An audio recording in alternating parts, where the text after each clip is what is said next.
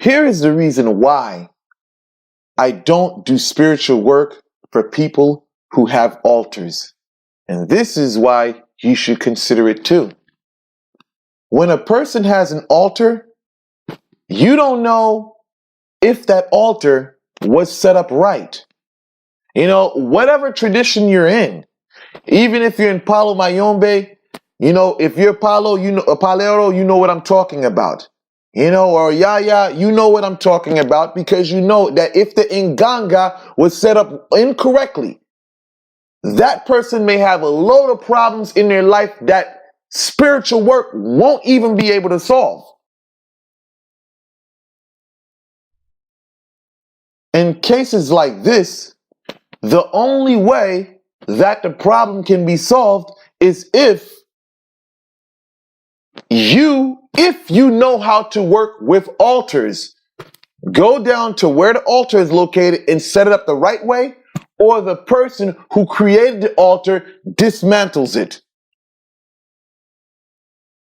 This here is like one of the most complicated things to deal with as, you know, a rude worker or a magicien, a mystic, whatever, you know, because, you know, you'll be wondering what the fuck is going on. And lo and behold, the problem is this person's fucking around with something they have no idea of, you know, what they're fucking with. Let me give you an example. Let me give you an analogy. It's just like working on a car. You see, let's say your transmission has a problem. You think, well, I'll pour transmission fluid in there. You know what? That's okay. Let's keep the transmission example. You have a transmission problem, but you're pouring oil to lubricate the engine.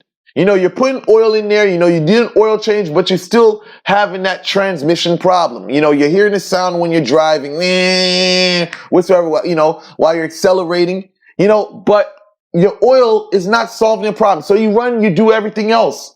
And that's what spiritual work is like when you have an issue with an altar. So when you're doing work for someone that has an altar, you don't know if it was set up.